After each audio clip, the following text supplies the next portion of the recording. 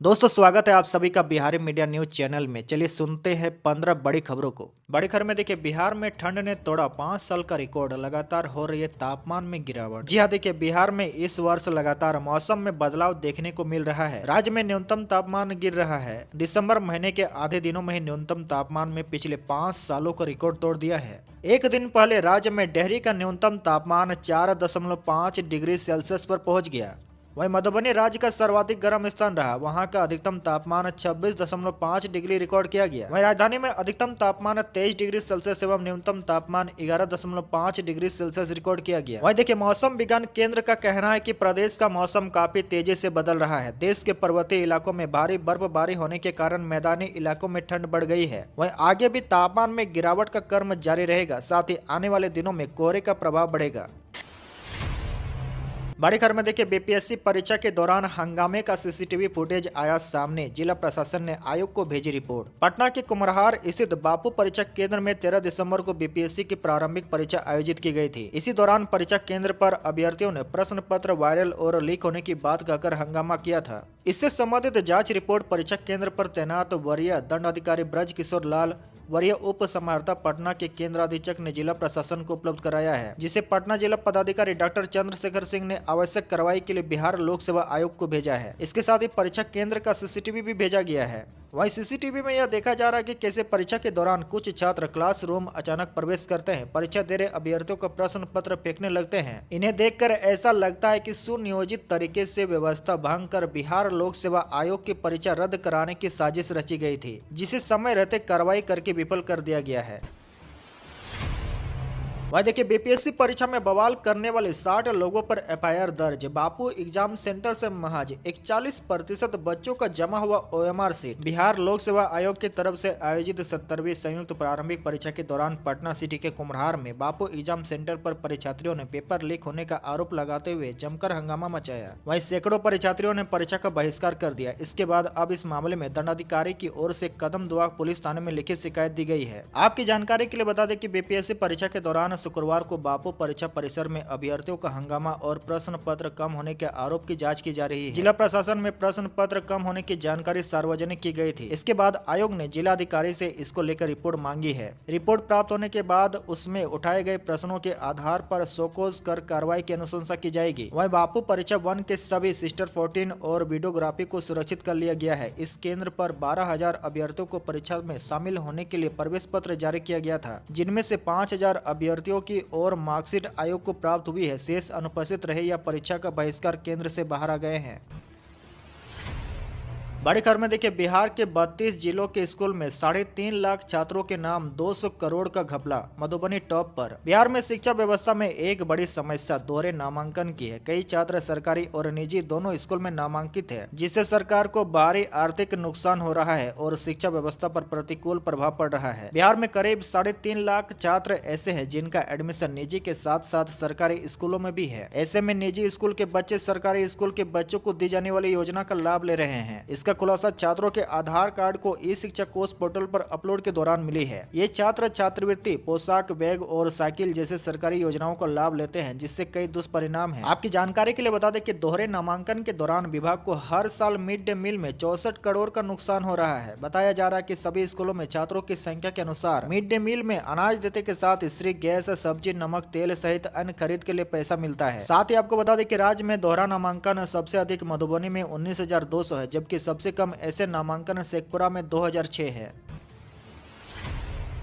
बड़ी खबर में देखिए, बिहार में विनय कुमार के डीजीपी बनते ही एक्शन में बिहार पुलिस। टॉप 100 अपराधियों की संपत्ति होगी जब्त। बिहार में नए पुलिस महानिदेशक विनय कुमार के पदभार संभालते ही बिहार पुलिस एक्शन में आ गई है। डीजीपी द्वारा अपराधियों के खिलाफ तैयार रोड मैप की शुरुआत मोतिहारी के पुलिस अधीक्षक सोनम प्रभात ने कर दी है। यहाँ अपराध से अर्जित की गई संपत्ति को जब्त करने के लिए पुलिस ने बड़ा कदम उठाया है। नए आपराधिक कानून के तहत जिले भर के इनामी अपराधी, शराब माफिया, ड्रग्स तस्कर, भू माफिया समेत अन्य जघन्य अपराध में शामिल अपराधियों को चिन्हित किया जा रहा है। मोतिहारी एसपी ने सभी थानों को दो टॉप अपराधियों की सूची तैयार करने का निर्देश दिया है। एसपी का कहना है कि पहले राउंड में जिले भर के टॉप 100 अपराधियों की संपत्ति को जब्त करने की कार्रवाई की जाएगी। पुलिस के इस कथन से अपराधियों में हड़कंप मचा हुआ है। भारतीय नागरिक सुरक्षा संहिता की धारा 107 अपराध में प्रयुक्त संपत्ति से संबंधित है। यह नवीन विधि न्यायालय को आपराधिक गतिविधियों से प्राप्त मानी जाने वाली संपत्तियों को कुर्क करने और जब्त करने के व्यापक अधिकार देती है। बड़े खबर में देखिए, बिहार में खेत में पुआल जलाने वाले 63 किसानों पर एक्शन, अब नहीं ले पाएंगे इन योजनाओं का लाभ। बिहार के कृषि विभाग ने खरीफ सीजन के बाद खेत में पुआल जलाने वाले किसानों पर बड़ी कार्रवाई की है। सरकार ने बिहार के 63 किसानों को सरकारी योजनाओं के लाभ से वंचित कर दिया है। 3 वर्षों तक इन किसानों को डीबीटी के जरिए योजनाओं को मिलने वाली धनराशि पर रोक लगा दी गई है। इन 63 किसानों में से कैमूर, गया, भोजपुर, नालंदा और रोहतास के किसान शामिल है। विभाग के अधिकारियों ने कहा कि वायु प्रदूषण और मिट्टी में पोषक तत्वों के क्षरण को रोकने के लिए प्रयासरत है। कृषि अधिकारियों ने बताया कि 2019 से 2024 दिसंबर के पहले हफ्ते तक कृषि क्षेत्र से संबंधित योजनाओं के तहत लगभग 10,000 किसानों पर कार्रवाई की गई है, जिसने किसानों को फसल अवशेष जलाने से रोकने का काम किया है। बड़ी खबर में देखिए, तेजस्वी ने पूछा बिहार को विशेष राज्य का दर्जा कब मिलेगा, नीतीश कुमार को सबसे खर्चीला मुख्यमंत्री बताया। सुपौल में जन संवाद यात्रा के दौरान नेता प्रतिपक्ष तेजस्वी यादव ने मुख्यमंत्री नीतीश कुमार और प्रधानमंत्री नरेंद्र मोदी पर हमला बोला है। बिहार को विशेष राज्य का दर्जा देने की मांग करते हुए तेजस्वी ने कहा कि मुख्यमंत्री अभी केंद्र सरकार के साथ है, ऐसे में बिहार को विशेष राज्य का दर्जा अब नहीं तो कब मिलेगा। तेजस्वी ने नीतीश कुमार पर आरोप लगाते हुए कहा कि देश का सबसे बड़ा फिजूल खर्च मुख्यमंत्री नीतीश कुमार है। 15 दिनों की यात्रा के नाम पर 2 अरब रुपए खर्च किए जा रहे हैं, जो जनता की गाढ़ी कमाई का दुरुपयोग और अधिकारियों की लूट को बढ़ावा देने के संकेत है। बड़ी खबर में देखिए, माई बहन मान योजना की घोषणा से तेजस्वी पर बरसे एनडीए के नेता। एक सुर में कहा, चाहे कुछ भी कर ले सत्ता हासिल नहीं होगी। बीते दिनों तेजस्वी यादव ने यह घोषणा की थी कि 2025 में यदि बिहार में महागठबंधन की सरकार बनी तो लोगों को 200 यूनिट बिजली मुफ्त में देंगे। अब तेजस्वी यादव ने फिर एक बड़ा ऐलान शनिवार को कर दिया है। तेजस्वी यादव ने माई बहन मान योजना की शुरुआत किए जाने की घोषणा की है। तेजस्वी ने कहा कि इसके तहत बिहार में रहने वाले प्रत्येक महिलाओं के खाते में 2500 रुपए प्रतिमाह अकाउंट में भेजा जाएगा। तेजस्वी यादव की इस घोषणा के बाद एनडीए के नेता हमलावर हो गए हैं। बिहार के दोनों डिप्टी सीएम विजय कुमार सिन्हा, सम्राट चौधरी, केंद्रीय मंत्री ललन सिंह और मंत्री संतोष सुमन तेजस्वी की इस घोषणा को हवाई बता रहे हैं। कह रहे कि चाहे कुछ भी कर ले, लेकिन लालू परिवार को अब सत्ता हासिल नहीं होगी। बिहार की जनता समझदार है, सोच समझ कर 2025 में अपना फैसला सुनाएगी।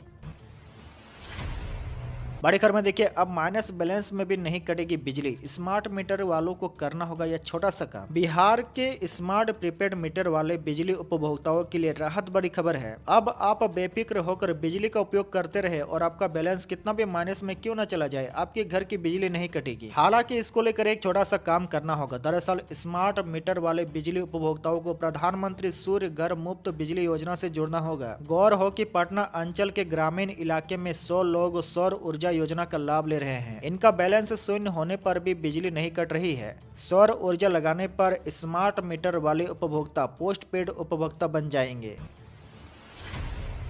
बड़ी खबर में देखिए, मुजफ्फरपुर में मेट्रो का रूट फाइनल, 20 स्टेशनों पर होगा ठहराव। मुजफ्फरपुर मेट्रो के लिए रूट और स्टेशनों का निर्धारण कर लिया गया है। मुजफ्फरपुर में 2 मेट्रो कॉरिडोर होंगे। इसकी कुल लंबाई 21.2 किलोमीटर की होगी। वहीं सबसे बड़ा कॉरिडोर हरपुर बकरी से रामदयालु नगर तक होगा। इसकी लंबाई 13.85 किलोमीटर की होगी।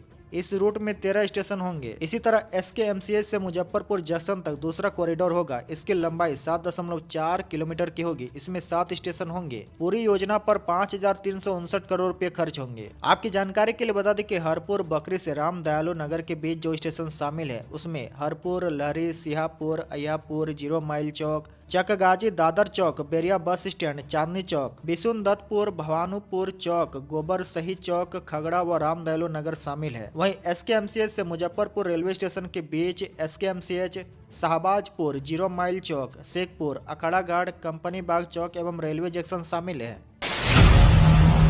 बड़ी खबर में देखिए, मणिपुर वायलेंस में मारे गए मजदूर के परिजनों को मुआवजा देगी बिहार सरकार, सीएम नीतीश ने किया ऐलान। मणिपुर में पिछले वर्ष महीने में शुरू हुई हिंसा अभी भी जारी है। शनिवार को हुई हिंसा में 3 लोग मारे गए हैं। इनमें से 2 बिहार के मजदूर हैं। मुठभेड़ में मणिपुर पुलिस ने एक उग्रवादी को भी मार गिराया है।